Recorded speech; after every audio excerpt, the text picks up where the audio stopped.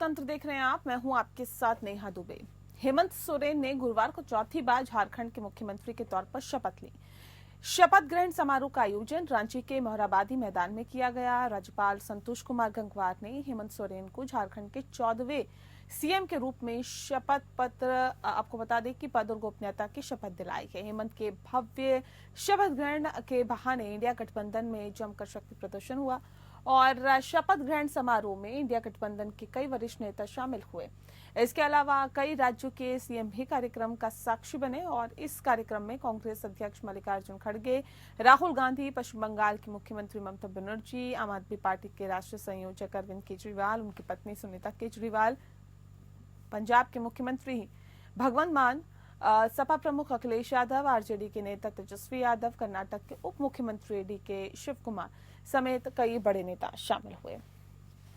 शपथ ग्रहण से पहले हेमंत सोरेन ने एक्स पोस्ट के जरिए इशारों में बीजेपी पर हमला किया। हेमंत ने लिखा कि एकता हमारा सबसे बड़ा हथियार है, हमें ना विभाजित किया जा सकता है, न चुप कराया जा सकता है। केंद्र सरकार पर हमला करते हुए सोरेन ने यह भी कहा कि जब भी वे हमें चुप कराने की कोशिश करते हैं तो क्रांति और तेज हो जाती है, क्योंकि हम झारखंडी हैं और झारखंडी झुकते नहीं हैं। इस दौरान रांची में अखिलेश यादव ने कहा कि भले ही इंडिया गठबंधन महाराष्ट्र में चूक गया, लेकिन आगे पूरी ताकत से जुटेंगे, इंडिया गठबंधन और मजबूत होगा। और बता दें कि हेमंत सोरेन के नेतृत्व में इंडिया गठबंधन ने झारखंड विधानसभा चुनाव में शानदार प्रदर्शन करते हुए 81 विधानसभा सीटों में 56 सीट जीत कर सत्ता बरकरार रखी, जबकि एनडीए महज 24 सीट पर ही सिमट गई। अब महाराष्ट्र में करारी हार के बाद झारखंड की जीत इंडिया गठबंधन भले ही कुछ राहत दे रही है, लेकिन आगे भी इंडिया गठबंधन की राह में कई रोड़े हैं।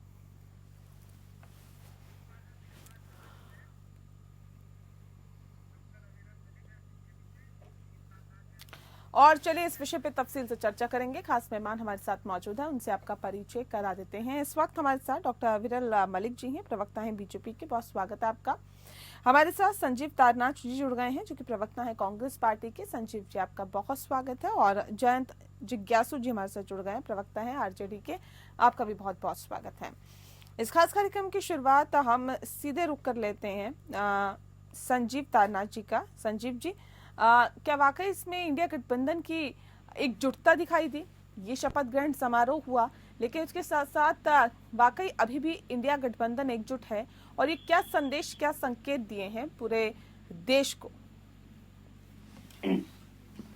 देखिए, इंडिया गठबंधन एकजुट था, एकजुट है और हमेशा एकजुट रहेगा। और ये पहली बार नहीं है कि जब पूरा का पूरा इंडिया गठबंधन इकट्ठा हुआ हो और उन्होंने एक मंच से एक संदेश को साझा किया हो। ये एक ऐतिहासिक मौका है जहां पर दोबारा झारखंड के अंदर जेएमएम और कांग्रेस ने मिलजुल करके एक सरकार को दोबारा से लाने का प्रयास किया। जिस तरीके से जेएमएम को कांग्रेस ने पिछले 5 सालों के अंदर सरकार में रहते हुए लोगों के लिए काम करे, चाहे वो हाउसिंग स्कीम का काम हो, चाहे वो डायरेक्ट बेनिफिट देना हो लोगों को, या वो पेंशन स्कीम हो, या वो झारखंड में लोगों को स्टेट हाउसिंग स्कीम के तहत लोगों को फायदा पहुंचाने का काम हो, तो सरकार ने हर वो महत्वपूर्ण कदम उठाया जिससे कि जनता को डायरेक्ट बेनिफिट पहुंचा। और जनता ने दोबारा से जेएमएम और कांग्रेस को चुन करके सरकार में भेजा। और आज हमारे मुख्यमंत्री जी ने शपथ ग्रहण समारोह अटेंड किया और मुख्यमंत्री पद की शपथ ली। और मैं उम्मीद करता हूं कि आने वाले 5 साल के अंदर और झारखंड जो है वो और बेहतरी की तरफ जाएगा और बेहतरी की तरफ अग्रसर होगा। ठीक है। आपने सुना ना विरल जी, ये तो कह रहे हैं सब एकजुटता है, एकजुट हैं, हमने तो इतना अच्छा काम किया है कि हम फिर से रिपीट कर रहे हैं सरकार। क्यों आप लोगों को ऐसा लगता है कि महाराष्ट्र में जो हार हुई है उसके बाद पूरा इंडिया गठबंधन खंड खंड हो गया? जी नहीं, देखिए, निश्चित रूप से इंडिया गठबंधन बटा हुआ है। और उसके साथ साथ जहां तक इंडिया गठबंधन का विषय है, तो कांग्रेस पार्टी और शिवसेना यूबीटी का जो अलायंस है, उसी विषय में इन्हें देख लेना चाहिए, ध्यान देना चाहिए कि किस प्रकार से वीर सावरकर जी के संबंध में संजय राउत और उद्धव ठाकरे जी के बयान सामने आते हैं। वीर सावरकर जी को वो लोग अपना आदर्श और मार्गदर्शक बताते हैं, चाहे संजय राउत हो या उद्धव ठाकरे हो, जो सर्वे सर्वा है शिवसेना यूबीटी के। और दूसरी ओर कांग्रेस पार्टी के नेता राहुल गांधी गलत टिप्पणियां करने का कार्य करते हैं वीर सावरकर जी के ऊपर। तो इससे आइडियोलॉजिकल डिफरेंसेस जो हैं वो स्पष्ट रूप से सामने आ जाते हैं। और जहां तक विषय इंडी गठबंधन का, तो एक गठबंधन नहीं, ये ठगबंधन है। एक प्रकार से एक मंच पर जो सामने आए हैं ये केवल जनता की वोट ठगने के लिए सामने आए हैं। और उसके साथ साथ जहां तक विषय इंडी गठबंधन का है, ये जातिवादी लोग हैं, परिवारवादी लोग हैं और भ्रष्टाचार को नहीं, ठगबंधन कैसे बताइए ना। झारखंड में तो जीत दर्ज की है ना उन्होंने, कैसे ठगबंधन है?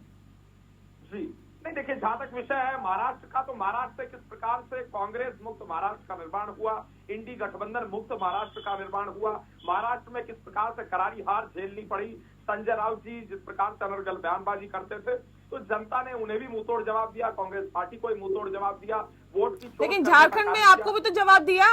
झारखंड में जवाब पहले जनता ने दिया और अब ये जवाब दे रहे इंडिया गठबंधन।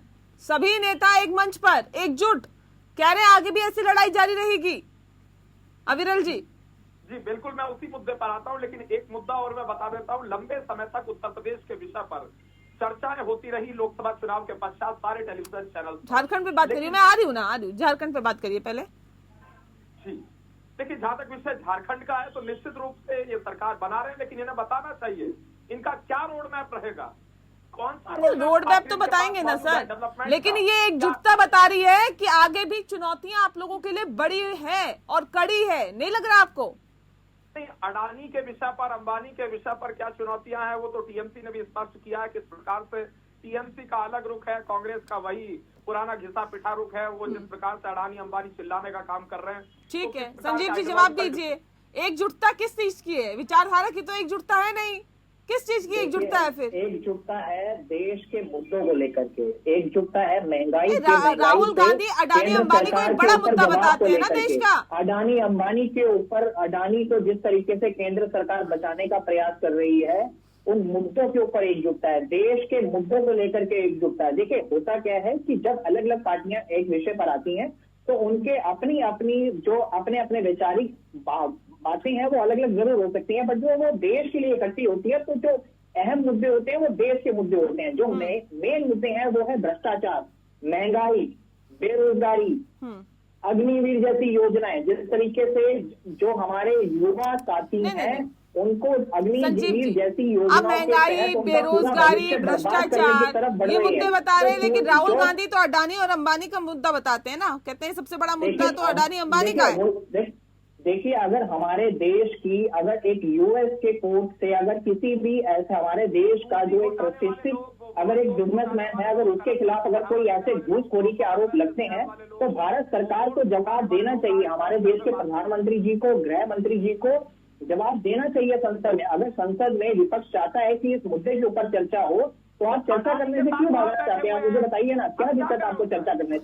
विपक्ष में भी तो एकजुटता नहीं है ना। विपक्ष कहाँ चाहता है? सिर्फ कांग्रेस पार्टी चाहती है। विपक्ष कहाँ चाहता है? कौन कह रहा है और कि बहस होनी चाहिए इस विषय पर? कांग्रेस पार्टी विपक्ष नहीं है क्या? नहीं, सिर्फ विपक्ष में तो, विपक्ष में तो सभी पार्टियां आती है ना जो सत्ता में नहीं है।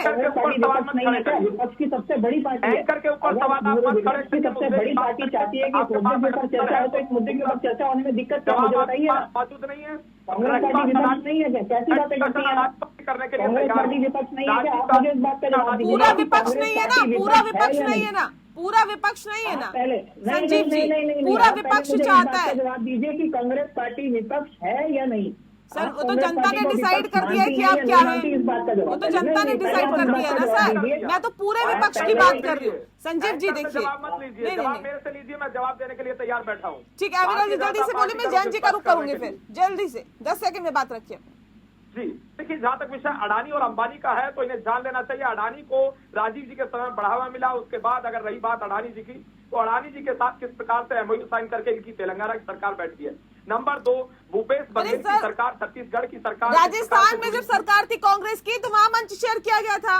बिल्कुल, वहां मंच शेयर किया गया था, वो भूल जाते हैं क्या? राजस्थान की सरकार पर ये नहीं बोलेंगे, अशोक गहलोत सरकार पर। ठीक है ठीक है, मैं जैन जी का रुख कर लेती हूँ। जैन जी, क्या अडानी अंबानी पे बहस होनी चाहिए? तो विपक्ष की बात की जा रही है और सवाल इस बात को लेकर भी है, क्या वाकई विपक्ष एकजुट है? क्या पूरा विपक्ष एकजुट है क्या? आज की तारीख में भारत में हमारा जो गठबंधन है इंडिया, वह इस देश को लोकतांत्रिक रास्ते पर चलाने के लिए जद्दोजहद कर रहा है और देश की जनता भी बड़ी उम्मीद से हमको देखती है। तो हम लोग भरसक इकट्ठे न सिर्फ हैं बल्कि एक लामबंदी कर रहे हैं इस देश में जो भी आम लोगों के मुद्दे हैं उसके इर्द गिर्द राजनीति को हम कैसे मोड़ सकें और उसमें हमको सफलता मिलती है।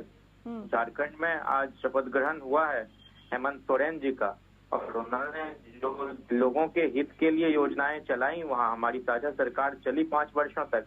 आपने देखा किस तरह से केंद्र की सरकार ने जांच एजेंसियों का दुरुपयोग करते हुए बार बार हैरास किया, लेकिन चाहे वो मैया सम्मान योजना हो, वृद्धा पेंशन योजना हो, छात्रवृत्ति योजना हो, साइकिल योजना हो, पोशाक योजना हो, किसानों की जो ऋण मुक्ति है उसको लेकर 200 यूनिट बिजली निःशुल्क देने का वायदा हो लोक कल्याणकारी राज्य में, सब पर जनता ने मुहर लगाई है। और आज का दिन एक बहुत अहम दिन है और हम वहाँ के प्रदेश के लोगों को बहुत बधाई देना चाहते हैं और वहाँ के मुख्यमंत्री को भी कि आगामी 5 वर्ष तक भी यह विकास का सिलसिला अनवरत जारी रहे।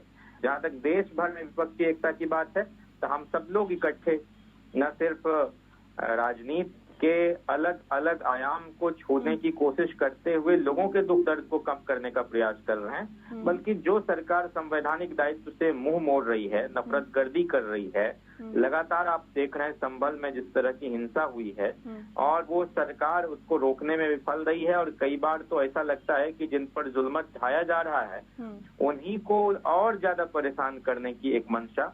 तो हम सब लोग इसके खिलाफ एक मोर्चेबंदी कर रहे हैं। ठीक है, देखिए इस शपथ ग्रहण समारोह में, इस शपथ ग्रहण समारोह में एक सेकंड, इस शपथ ग्रहण समारोह में शरद पवार भी नहीं पहुंचे, उद्धव ठाकरे भी नहीं पहुंचे और ये क्या बताता है, क्या संदेश देता है कि वाकई क्या इंडिया गठबंधन एकजुट है या फिर बिखराव है अंदर खाने कहीं?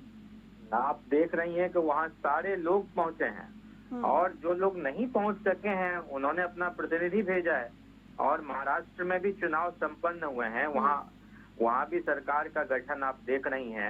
एक संवैधानिक संकट उत्पन्न हुआ है। 26 नवंबर को ही विधानसभा की मियाद पूरी हो गई, तो 26 नवंबर के बाद 12 बजे रात के बाद से तो कायदे से अगर कोई सरकार वहाँ नहीं है तो राष्ट्रपति शासन लागू हो जाना चाहिए था, लेकिन इस देश में तो तमाशा चल रहा है।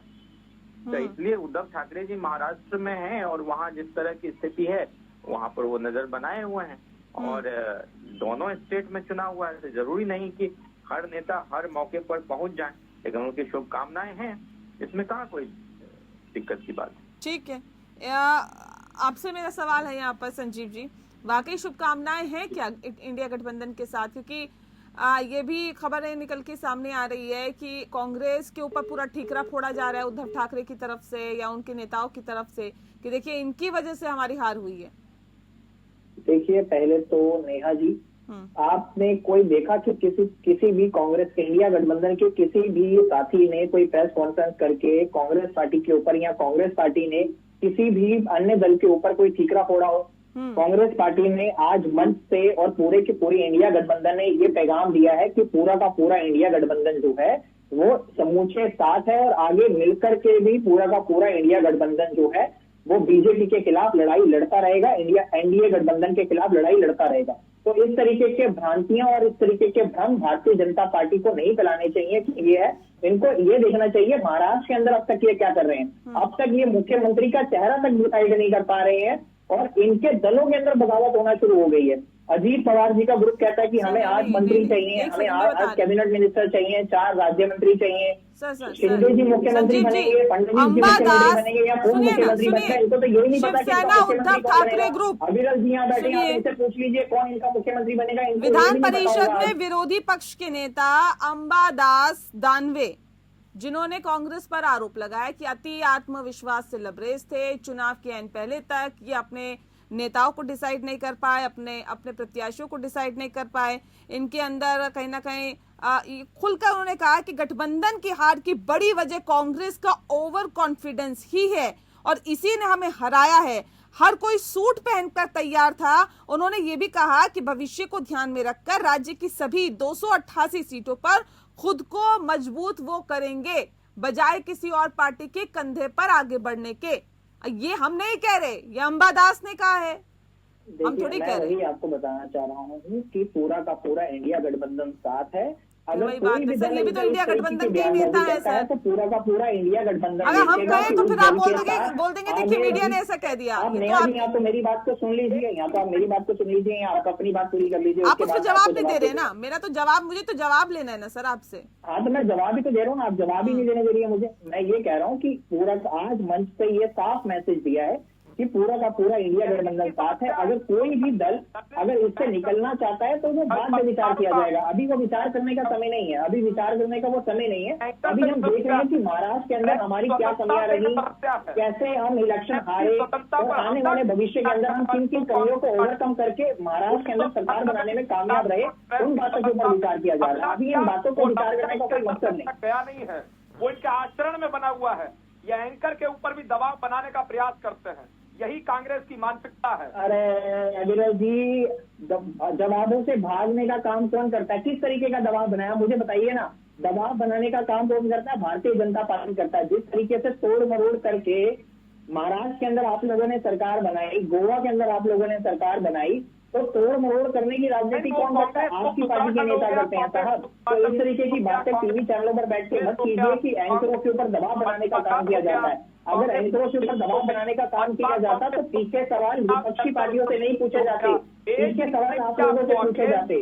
अगर हम लोग दबाव बना रहे होते तो यहाँ पे दबाव आप लोगों की सरकार बनाती है, जिससे कि न्यूज चैनल भी आप लोगों सवाल से पूछ लिया जाता है तो बड़ी दिक्कत होने लग जाती है।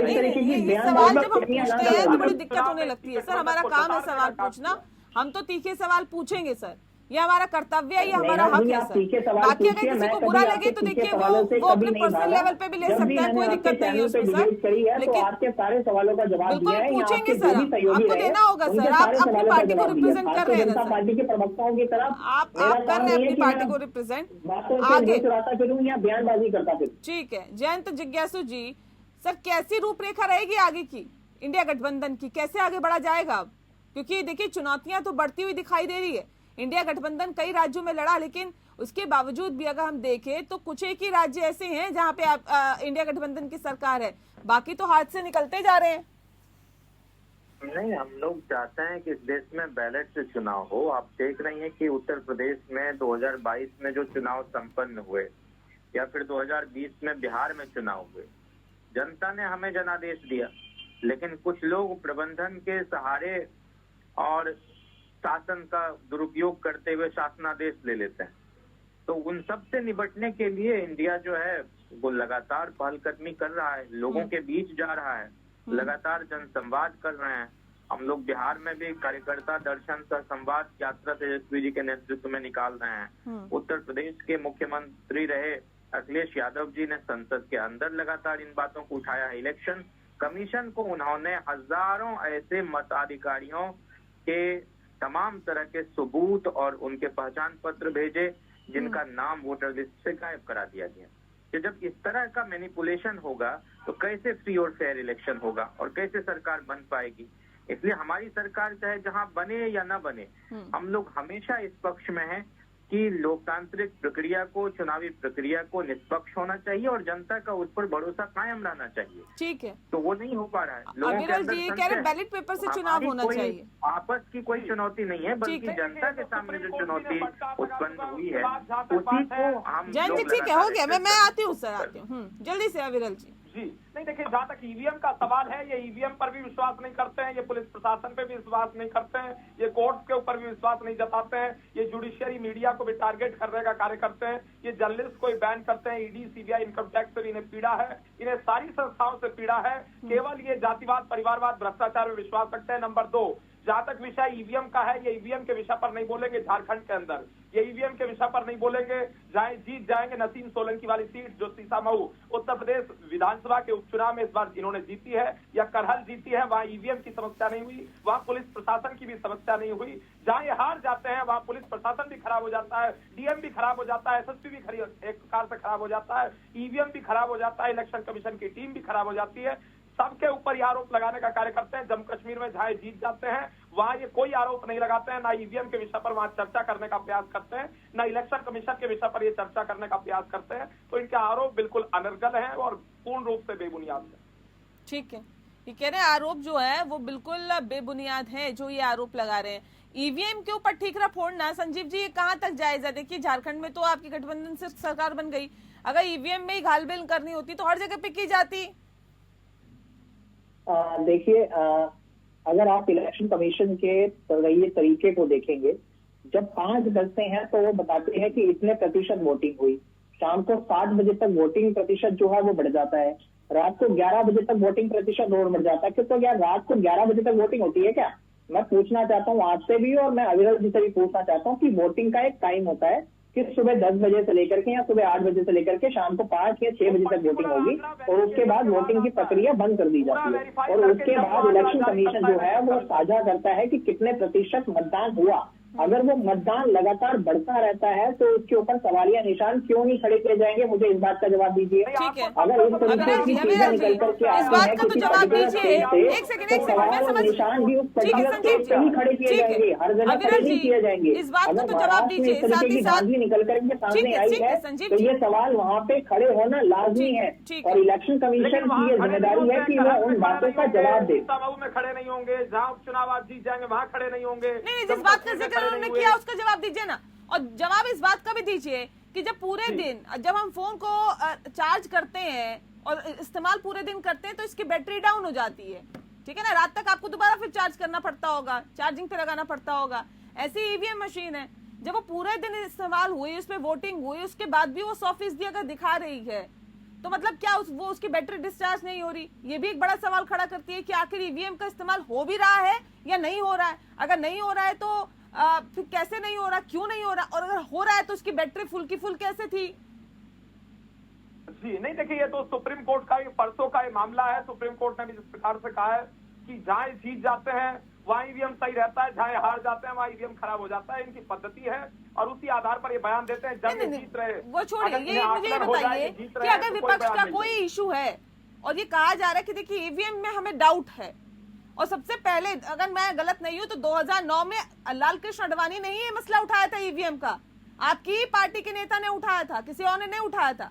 और अगर ये मसला उठाया जाता है या ईवीएम पे सवाल खड़े किए जाते हैं तो बैलेट पेपर क्यों नहीं? दिक्कत कहाँ है? मैं उसी मुद्दे पर उत्तर दे देता हूँ। देखिए जहाँ तक विषय ईवीएम का है, इन्हें ईवीएम खराब लगता है तो मैं इनसे जानना चाहता हूँ, जब ईवीएम में घोटाला है फिर वही इन्हें नहीं लगता ना सर, इन्हें नहीं लगता, मैं कह रही हूँ पूरे विपक्ष को लगता है। पूरा विपक्ष अगर ये कह रहा है, सुनिए ना, जाना चाहिए पूर्व प्रधानमंत्री डॉक्टर और विपक्ष को संतुष्ट करने का काम किसका है ना सर? विपक्ष का तो सवाल खड़े करने का काम है। अगर उनको दिक्कत है तो उस दिक्कत का कुछ तो सॉल्यूशन होगा ना। नहीं देखिए, जहाँ तक ईवीएम का विषय है इन्हें जाना चाहिए और समझाना चाहिए, इस बात को कहना चाहिए जाकर पूर्व प्रधानमंत्री डॉक्टर मनमोहन सिंह जी को, वो भी ईवीएम के माध्यम से प्रधानमंत्री बने थे। और अगर ईवीएम का विषय है तो इन्हें जाना चाहिए और समझाना चाहिए। ये तो बेतुकी की बातें हो गई सर, ये तो तर्क नहीं है, कुतर्क कर रहे हैं आप, कोई मतलब नहीं है इसका। लेकिन एक बात मुझे संजीव जी आप भी बताइए, जब इलेक्शन कमीशन बुलाता है और ये पूछता है कि भाई ईवीएम में गड़बड़ी हो सकती है, कैसे हो सकती है बताइए जरा, आप लोग तो पहुंचते ही नहीं है, बस ईवीएम ईवीएम ईवीएम ईवीएम कहने से नहीं होता ना सर, करके बताइए ना कैसे। आपको ध्यान होगा तो जब लोकसभा चुनाव संपन्न हुए थे तो लोकसभा चुनाव होने से पहले भी कांग्रेस पार्टी और पूरे की पूरे विपक्षी गठबंधन ने एक रिप्रेजेंटेशन लिखी थी इलेक्शन कमीशन को कि हमारी ये चीजें हैं और हमें लगता है कि इन चीजों से जो ईवीएम है वो टेम्पर की जा सकती है, तो आप इन बातों के ऊपर विचार कीजिए। तो उन बातों का क्या हुआ? वो बातें एकदम से गायब हो गई, इलेक्शन कमीशन ने कोई रिस्पॉन्ड नहीं किया और उसके बाद इलेक्शन कमीशन कहता है कि जी हमने तो बुलाया था, आप लोग आए नहीं।